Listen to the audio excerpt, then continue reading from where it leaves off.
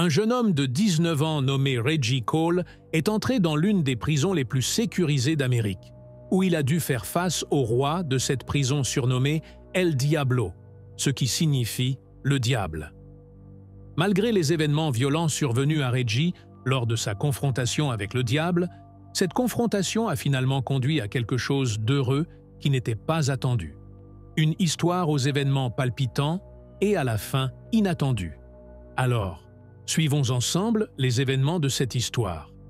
L'histoire d'aujourd'hui concerne Reggie Cole. Reggie n'était encore qu'un enfant lorsque sa famille a déménagé à Los Angeles en 1985. Ils se sont installés dans une zone dangereuse où les taux de criminalité et de violence ne cessaient d'augmenter et où de nombreux gangs opéraient. Reggie était le plus jeune frère de 2 garçons et 2 filles. Il n'avait que 10 ans. Et l'un de ses frères aînés, Kenny, qui avait 15 ans, a rejoint l'un des gangs violents de cette zone. Avec le temps, il a commencé à avoir de gros problèmes, et le gang dont il faisait partie avait des escarmouches et des conflits armés violents avec un autre gang. Un jour, les membres du second gang, le gang hostile, ont lancé une attaque surprise sur le gang de Kenny. Ils sont montés dans leur voiture avec leurs armes et ont rapidement pris d'assaut la zone du gang de Kenny et ont tiré sur un groupe d'entre eux qui se tenait sur le bord de la rue. Kenny était avec eux et il a été tué. Après cet incident, Reggie était dévasté, mais continuait d'essayer de se concentrer sur ses études pour se changer les idées et tenter d'oublier ce qui était arrivé à son frère. Sa famille essayait de l'aider à surmonter cette situation difficile qu'il avait traversée. Cependant, l'environnement de Reggie a eu beaucoup plus d'impact sur lui. Bien sûr, parce qu'il était proche de son défunt frère Kenny, il a hérité de ses amis et connaissances dans ce mauvais monde de gangsters, et chaque année, Reggie s'éloignait petit à petit de ses études jusqu'à ce qu'il décide d'abandonner et de plonger dans le monde du crime en suivant les traces de son frère. Ce qui a empiré la situation était la désintégration de leur famille et la séparation de ses parents. Quant au frère de Reggie, son frère aîné, qui est toujours en vie, a trouvé un travail dans une autre ville et les a quittés. Quant à ses 2 sœurs, elles se sont mariées et chacune d'entre elles vivait seule avec son mari. Et son père, après s'être séparé de sa mère, est parti vivre seul ailleurs. Personne n'est resté avec lui à la maison, sauf sa mère. Sa pauvre mère n'était pas capable de le contrôler, et chaque jour elle était dévastée de le voir s'éloigner d'elle de plus en plus. Le mari de sa sœur, le beau-frère de Reggie, lui a proposé un emploi dans son entreprise de plomberie. Mais Reggie a refusé car il vivait dans un autre monde. À cette époque, Reggie a commencé à planter et à faire le commerce de l'herbe. Il ne commettait pas de grands crimes, mais il faisait le commerce de l'herbe et de la drogue. Donc personne n'a été surpris quand il a été arrêté pour la première fois, et il n'avait que 16 ans. La police l'a vu dans la rue et a essayé de lui poser quelques questions, mais il a refusé de coopérer et a essayé de s'échapper. Peu après, il a été arrêté à nouveau pour possession d'armes. Malheureusement, Reggie a suivi les traces de son frère dans ce monde et la majeure partie de ses revenus provenait de la vente d'herbe. Jusqu'à ce moment-là, bien que Reggie soit plongé dans le monde des gangsters, il n'avait pas encore été impliqué dans des conflits violents. Mais ensuite, après des années, en 1995, quand Reggie avait 19 ans, il a été arrêté pour avoir tué un homme à côté d'une maison close bien connue dans cette zone. Reggie a été poursuivi en justice et le tribunal l'a reconnu coupable. Il a été condamné à la prison à vie et il a été envoyé à la prison de Calipatria, l'une des prisons les plus violentes et les plus dures d'Amérique. Reggie portait une tenue orange qui indique qu'il est un nouveau prisonnier. Reggie, aux côtés d'autres prisonniers, est monté dans un bus qui allait les emmener à la prison. Le bus a continué à rouler dans les rues jusqu'à ce qu'il quitte la ville et prenne une route qui semblait bloquée et il n'y avait rien autour. Reggie regardait par la fenêtre du bus et ne voyait rien d'autre que le désert. Peu après, il a finalement pu voir la prison de Calipatria de loin. C'était un complexe composé de plusieurs bâtiments et s'étendant sur une grande surface, C'était au milieu de nulle part, comme si c'était un cimetière où l'on envoie les personnes qui ont été rejetées par la société pour qu'elles puissent vivre le reste de leur vie dans l'isolement. Reggie était nerveux depuis que le bus avait quitté le tribunal. Et plus le bus s'approchait de la prison, plus il devenait nerveux. Dès qu'ils ont franchi la première porte de la prison, la première chose que Reggie a remarquée était l'odeur de fumier qui remplissait l'endroit depuis l'enclos des animaux de la prison. Reggie a baissé la tête vers ses mains qui étaient attachées à la chaise, essayant d'ignorer l'odeur, mais en vain. L'odeur était âcre. Puis, le bus a traversé une énorme clôture qui entourait toute la prison. Cette clôture était électrifiée. Et si quelqu'un la touchait, il mourrait immédiatement, bien sûr. Tous les prisonniers le savaient. Outre cette clôture électrifiée, il y avait une clôture interne qui n'était pas électrifiée. Mais si vous traversiez la clôture interne, vous trouveriez cette énorme clôture électrifiée. C'est-à-dire, ne pensez pas à vous échapper de cette prison par ces clôtures. Le but de cette clôture était de permettre aux gardes de se concentrer sur l'intérieur de la prison, au lieu de se concentrer sur les murs et les paramètres de la prison. Parce que les gardes dans cette prison étaient peu nombreux par rapport aux prisonniers. Ils étaient 1 pour 50, ce qui signifie que tous les 50 prisonniers avaient un garde. Juste 3 mois avant que Reggie n'entre en prison, il y a eu un incident célèbre. 5 prisonniers de cette prison ont eu une grande bagarre avec les gardes, qui s'est terminée avec les prisonniers poignardant 8 gardes. Ils les ont poignardés avec des couteaux qu'ils avaient fabriqués à l'intérieur de la prison. Aucun des 8 gardes n'est mort, mais cet incident a fait la une des journaux qui s'est répandue dans tout l'État de Californie. Tout le monde en a entendu parler.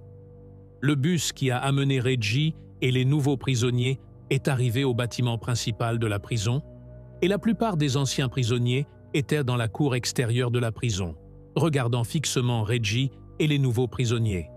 Après que le bus se soit arrêté, l'un des gardes est sorti et a commencé à appeler les nouveaux prisonniers un par un à partir de la liste qu'il avait. Puis, après cela, les détenus ont été amenés dans la salle d'inspection où ils ont été complètement déshabillés pour s'assurer que rien n'était caché sur leur corps. Après cela, ils leur ont donné des vêtements de prison et ont emmené chaque prisonnier dans sa propre cellule. Les cellules dans cette prison étaient comme une tombe. C'étaient 4 murs et un plafond en ciment sans fenêtre. Et même la porte était faite d'une plaque de métal avec une petite ouverture au milieu qui s'ouvre et se ferme de l'extérieur. Cette cellule avait un lit superposé, un lavabo et des toilettes. Reggie est entré dans la cellule et a commencé à découvrir l'endroit, regardant à droite et à gauche jusqu'à ce qu'il remarque une personne dormant sur le lit du bas. Cette personne était son compagnon de cellule. Dès que ce dernier a vu Reggie, Reggie a tourné son visage de l'autre côté, évitant tout contact visuel avec lui. Même si ce compagnon de cellule était la personne la plus proche de lui la plupart du temps, Reggie ne savait pas qui il était. Donc il ne voulait pas le provoquer par erreur. Il pouvait être une personne dangereuse. Reggie était convaincu que pour survivre dans cet endroit, il devait éviter même de parler avec les autres prisonniers.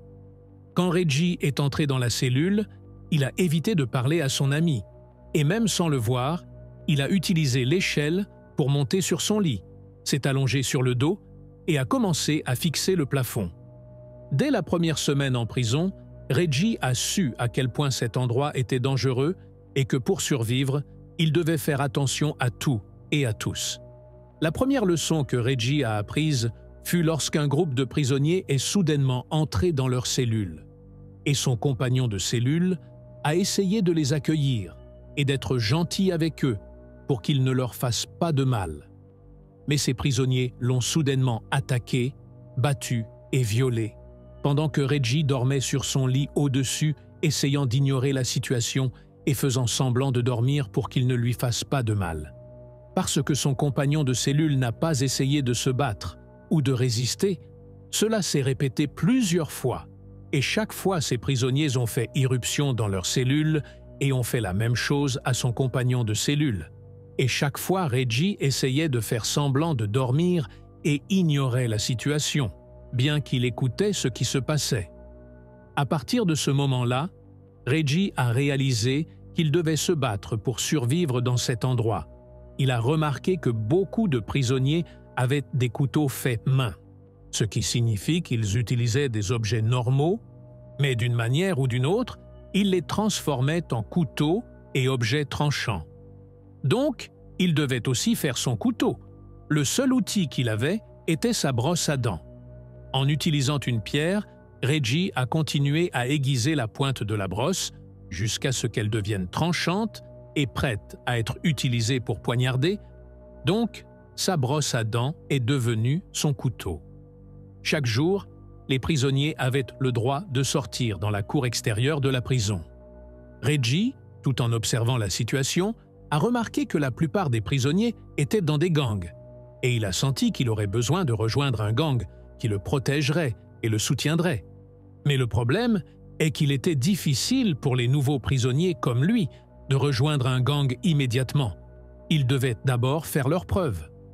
Reggie a commencé à chercher un gang qui était proche de son gang d'origine avec lequel il avait travaillé avant d'être arrêté. Il a essayé d'observer la situation de loin, sans attirer l'attention de personne. Il savait que s'il attirait l'attention des autres, ce serait comme une sentence d'exécution pour lui. Même si Reggie essayait de rester loin des problèmes autant qu'il le pouvait, un jour, alors qu'il marchait dans la cour de la prison, un groupe de prisonniers l'a soudainement piégé. Il était clair qu'ils étaient un gang, et le plus grand d'entre eux, qui semblait être leur chef, s'est approché de lui, l'a attrapé par le cou et l'a fixé sur la clôture qui entourait la cour extérieure. Reggie, pendant qu'il était fixé sur la clôture, a senti que les yeux de tous les prisonniers étaient sur lui. Chaque prisonnier dans la cour saurait ce qui s'est passé là-bas, et il s'est souvenu du tourment que son compagnon de cellule subissait. Par conséquent, il a réalisé que s'il ne réagissait pas à ce moment-là, il subirait le même tourment que son compagnon de cellule. Tout le monde le verrait comme une proie facile, donc il devait résister. D'un mouvement soudain, en un clin d'œil, Reggie a sorti sa brosse à dents aiguisée et a poignardé le grand homme à la taille. Le coup n'était pas destiné à le tuer, car s'il le tuait, les gardes prendraient des mesures sévères contre lui, et il pourrait même être condamné à mort plus tard. Le but du coup était d'être une frappe d'intimidation et de faire ses preuves auprès de tous. Un message à tous que Reggie n'est pas une personne facile que n'importe qui peut oser attaquer. Après le coup, le gang qui le piégeait s'est dispersé, et même le grand homme qui le tenait s'est retiré pour ne pas recevoir une seconde attaque. La résistance de Reggie l'a fait classer comme une personne dangereuse et a commencé à avoir une réputation parmi les prisonniers. Après cet incident, il y avait un gang appelé 49 qui a accueilli Reggie pour qu'il puisse les rejoindre. Et ici, Reggie avait finalement atteint ce qu'il cherchait, un gang qu'il pouvait rejoindre et qui protégerait ses arrières, car c'était le seul moyen pour lui de survivre dans cet endroit. Finalement, il a pu se faire une place au milieu de cette jungle. Malgré le grand nombre de gangs à l'intérieur de la prison de Calipatria, tous ces gangs étaient soumis à un seul homme. Un homme qui s'était positionné comme le roi de cet endroit. Le prisonnier le plus violent et le plus puissant de cette prison était un très grand homme nommé Eddie Clark. Et il l'avait surnommé El Diablo, ce qui signifie « le diable » en espagnol. Pour El Diablo, la prison n'était pas seulement sa maison, mais aussi son entreprise. Il y avait des opérations de contrebande de drogue et de marchandises de contrebande qui avaient lieu constamment à l'intérieur de cette prison. Et toutes ces opérations de contrebande étaient sous la gestion d'El Diablo. Il s'était créé un petit empire de la drogue à l'intérieur de la prison. Tout le monde dans cette prison avait peur de lui et essayait d'éviter son mal. Même les gardiens reconnaissaient son statut et son influence sur cet endroit, et ils lui accordaient des privilèges spéciaux pour maintenir le calme et la paix. Vous diriez que tout cela se passe, et vous appelleriez ça la paix. Croyez-moi, la situation aurait pu être bien pire. Chaque prisonnier était dans cette prison à cause d'une affaire de meurtre, ou d'une affaire très violente, donc cet endroit pouvait se transformer en enfer à tout moment, et les gardiens essayaient de préserver la paix autant qu'ils le pouvaient, et leur indulgence envers le Diablo et le fait de lui accorder des distinctions faisaient partie des concessions nécessaires. De cette façon, El Diablo avait pris le contrôle total de la prison, et personne n'osait le confronter ou s'opposer à lui, ni les prisonniers, ni les gardiens. Quant à Reggie, il était à l'aise dans sa nouvelle situation avec son gang, et non seulement il se sentait en sécurité, mais il se sentait même à nouveau comme un être humain. Il pouvait sortir avec son gang et jouer au basketball, où il pouvait s'asseoir dans la cour et parler en toute sécurité. Il avait des gens autour de lui en qui il avait confiance, des gens qui, selon lui, le soutenaient. Et comme tous les prisonniers, Reggie savait qu'il devait toujours éviter El Diablo et ne jamais attirer son attention. Tout le monde connaissait l'histoire d'El Diablo qui, bien qu'il n'ait que 34 ans, avait passé 20 ans de sa vie en prison. Même quand il était adolescent et qu'il est entré en prison pour mineur à l'âge de 13 ans, il avait agressé un autre adolescent. Il l'avait battu jusqu'à ce qu'il meure. Il était sauvage depuis son jeune âge. Après avoir eu 18 ans et être sorti de la prison pour mineur, il est retourné dans le monde des gangs. Et il n'a pas fallu longtemps avant qu'il ne soit arrêté à nouveau après être entré par effraction dans la maison d'une vieille femme, l'avoir agressée et tué son fils, qui avait essayé de la défendre devant elle. Depuis ce jour, il était en prison à perpétuité, ce qui signifie que ce sauvage méritait pleinement son titre. Le problème était qu'El Diablo était lunatique et pouvait même soudainement se retourner contre ses plus proches partisans.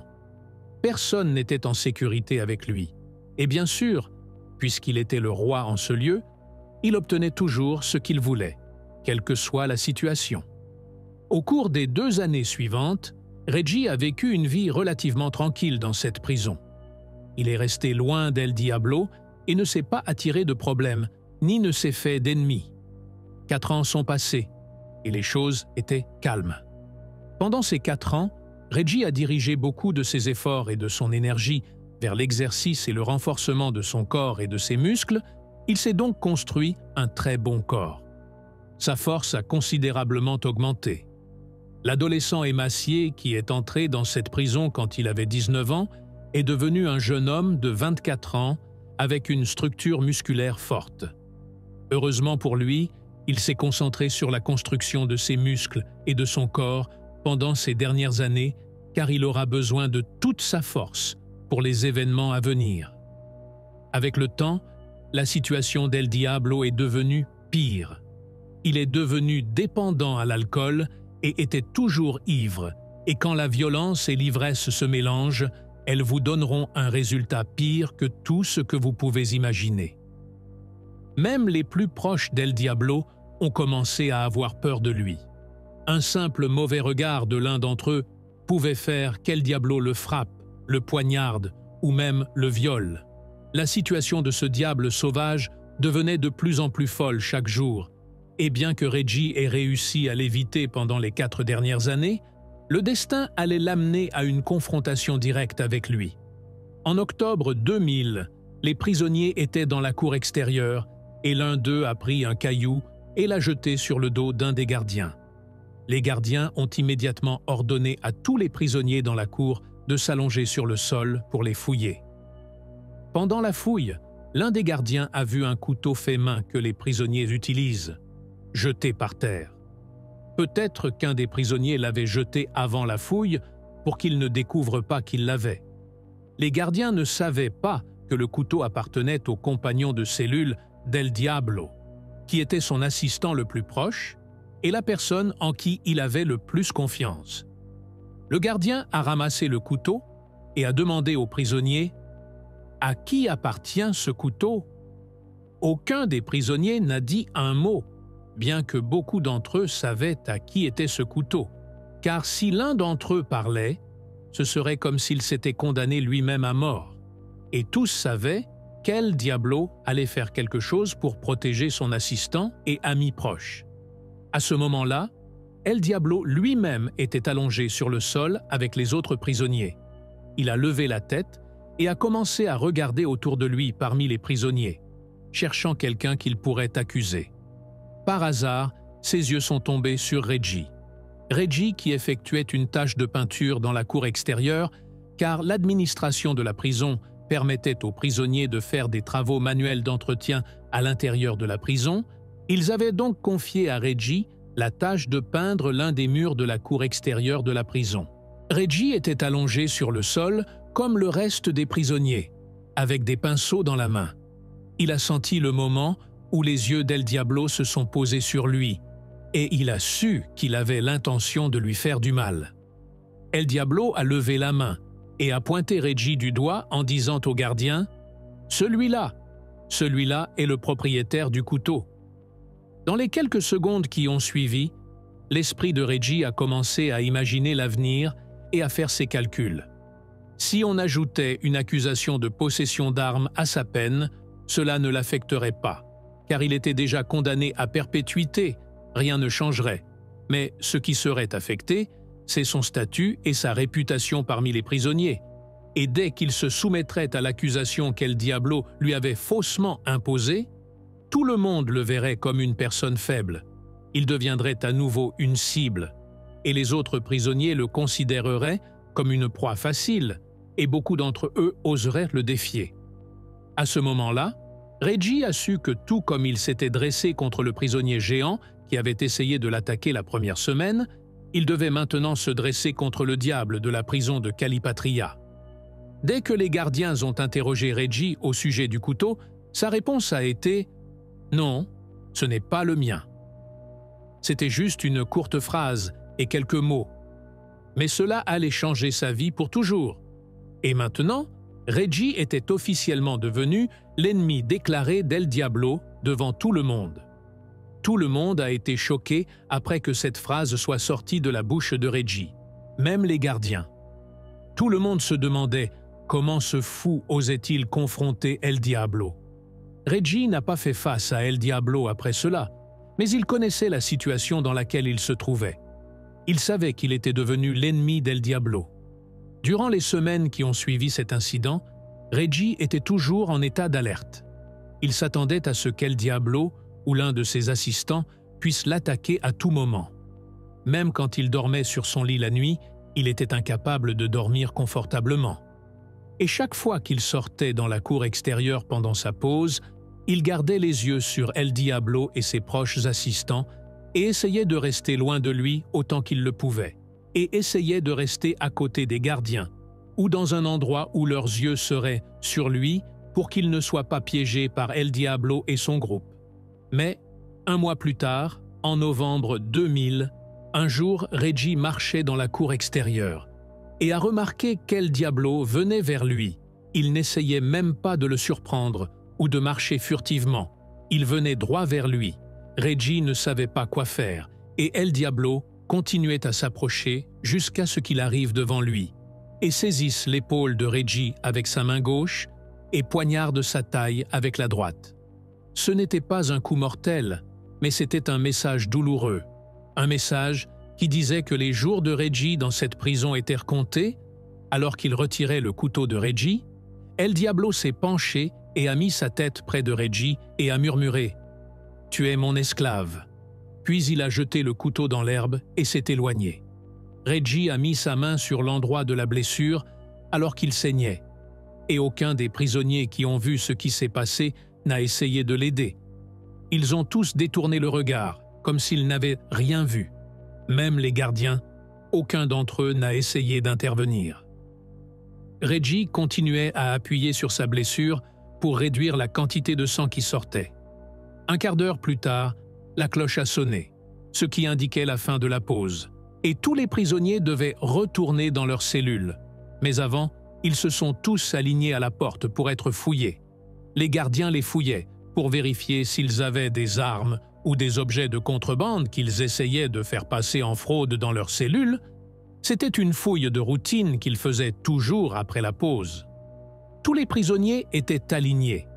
El Diablo était devant, et Reggie était 3 ou 4 prisonniers derrière lui. Reggie appuyait toujours sur sa blessure et essayait de la cacher aux gardiens. Mais la blessure n'était pas la seule chose que Reggie essayait de cacher. Il cachait aussi son couteau qu'il avait pris dans la cour extérieure.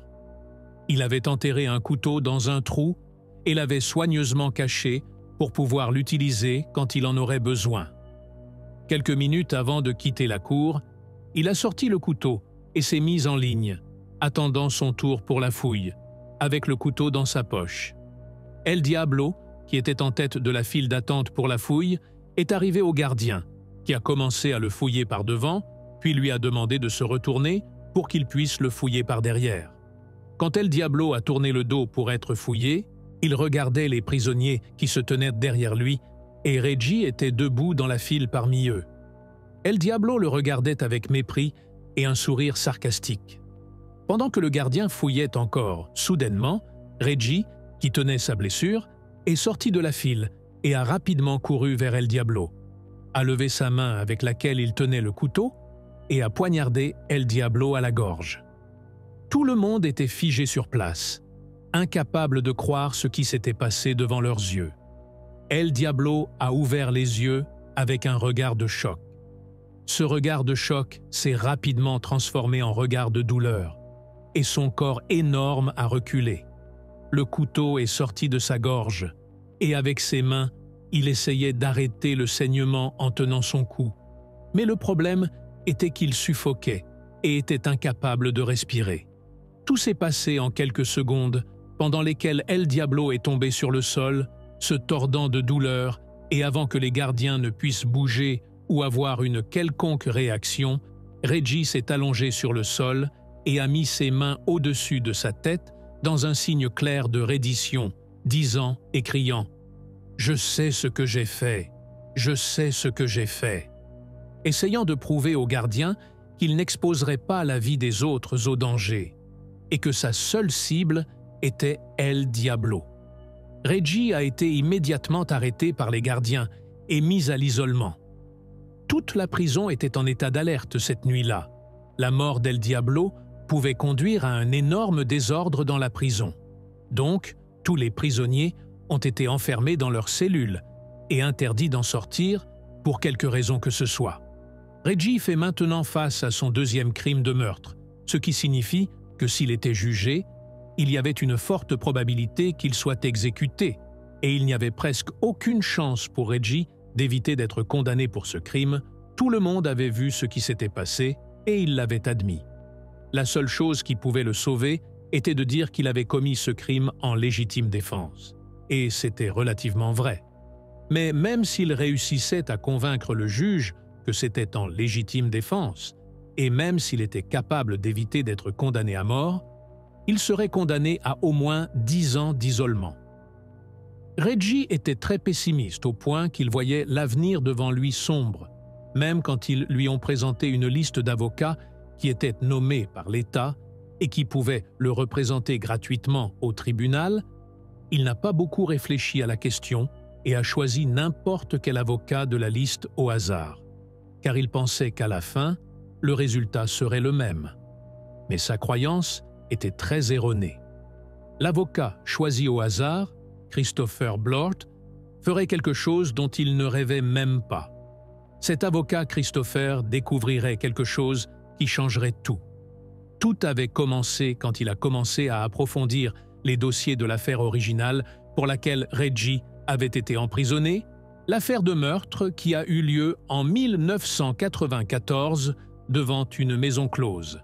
La victime dans cette affaire était un homme de 29 ans nommé Felipe González. Quand deux policiers sont arrivés sur la scène du crime, ils étaient un officier masculin et un officier féminin. Ces deux officiers ont pu trouver le gérant de cette maison close, dont le nom était John Jones, et ils l'ont arrêté pour interrogatoire, car les maisons closes sont illégales. John Jones est devenu le principal témoin dans l'affaire, et selon ses paroles, il a vu tout ce qui s'est passé cette nuit-là depuis le deuxième étage de la maison close. La victime, Felipe González, est venu à la maison close, a arrêté sa voiture, est descendu et a frappé à la porte de la maison close.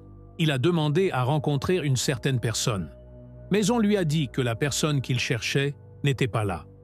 Après cela, Felipe est retourné à sa voiture et soudainement, 3 adolescents armés se sont approchés de lui. Il était clair, d'après leur apparence, qu'ils étaient membres d'un gang et ils lui ont demandé de leur donner de l'argent. Mais Felipe González ne parlait pas anglais, il ne les comprenait pas. Soudainement, ces 3 adolescents l'ont abattu et ils se sont enfuis par l'une des ruelles. John Jones a dit qu'il avait remarqué que l'un de ces adolescents boitait pendant qu'il s'enfuyait. Il a donc supposé qu'il avait été touché pendant l'attaque, soit par l'un de ses amis, soit peut-être qu'il s'était tiré dessus par accident. L'officier de police qui était responsable de cette affaire, c'était sa première affaire criminelle. Elle a donc commencé à chercher des criminels qui avaient été arrêtés pour d'autres affaires dans la même zone où le crime avait eu lieu. L'un de ces criminels était Reggie. Reggie avait 19 ans à l'époque. Et comme il a été mentionné auparavant, il travaillait avec un gang vendant de l'herbe. Et par-dessus tout, il avait été blessé à la jambe. Il correspondait aux descriptions que John avait données des adolescents qui avaient tué Felipe González. Sur cette base, Reggie a été accusé de meurtre et il a été condamné et emprisonné. Alors que l'avocat plongeait dans les dossiers de cette affaire, il découvrit de nombreux éléments qui disculperaient Reggie. Imaginez qu'il lui a fallu 3 ans pour prouver que Reggie n'avait rien à voir avec ce crime, le crime pour lequel il avait été envoyé en prison, et l'avocat a prouvé avec des preuves scientifiques que Felipe González, la victime qui a été tuée, avait été abattu d'un endroit élevé car l'angle d'entrée des balles dans son corps était comme si elles venaient d'en haut. Cela signifie qu'il était impossible que la personne qui lui ait tiré dessus se soit trouvée au même niveau que la rue où il a été abattu. Le tir provenait d'une des maisons voisines, d'un étage supérieur. Cela pourrait être de la fenêtre du gérant de la maison close, John, qui affirmait avoir vu les adolescents tirer sur Felipe González, ce qui signifie que John est peut-être le tueur. De plus, il n'y avait ni empreinte digitale ni ADN sur la scène du crime ou de témoins indiquant que Reggie était le criminel. Même John, le gérant de la maison close, est revenu plus tard sur son témoignage et a dit qu'il avait dit à la police ce qu'il voulait entendre en échange de le laisser gérer la maison close, qui sont illégales en Amérique. Mais le plus important de toutes ces preuves, et ce que l'avocat a découvert, c'est que la blessure à la jambe de Reggie, pour laquelle il a été accusé, était bien une blessure par balle, mais c'était une ancienne blessure. Reggie avait été touché par la balle quand il avait 13 ans, c'est-à-dire 5 ans avant le crime dont il a été accusé. Et il est certain que lorsque la police a vu cette blessure, il savait que c'était une ancienne blessure et que Reggie ne boitait même pas. Mais il était clair que cette policière qui était responsable de cette affaire voulait la clôturer rapidement, comme nous l'avons dit. C'était sa première affaire criminelle, alors elle voulait enregistrer une victoire dans son dossier le plus rapidement possible. Elle a vu que ce pauvre Reggie était membre d'un gang, alors elle l'a simplement accusé. Bien que Reggie n'ait cessé de leur dire qu'il était innocent pendant longtemps, il a finalement été condamné pour cela. Après son emprisonnement, Reggie a passé beaucoup de temps dans la bibliothèque de la prison, à consulter les livres de droit sur les fausses accusations. Même pendant la période de prison, Reggie essayait de s'éloigner de la violence et des problèmes. Mais les problèmes venaient après lui. Il était forcé de se défendre et d'essayer de survivre dans cet environnement dans lequel il était accusé d'un crime qu'il n'avait pas commis. Imaginez que l'avocat avait travaillé sur cette affaire pendant 3 ans. Pendant ces années, Reggie était à l'isolement après avoir tué El Diablo, puis l'avocat a repris l'affaire devant le tribunal. Finalement, le juge a statué que Reggie était innocent du premier crime dont il avait été accusé. Quant au meurtre d'El Diablo, ils ont réduit les charges du crime de meurtre au premier degré au crime de meurtre au second degré, et ils ont condamné Reggie à 10 ans d'isolement en relation avec le meurtre d'El Diablo. Cette affaire a pris beaucoup de temps et au moment où la sentence a été prononcée, Reggie avait déjà passé 8 ans à l'isolement et ces 8 années ont été comptées dans la peine. Il ne lui restait donc que 2 ans avant d'être libéré.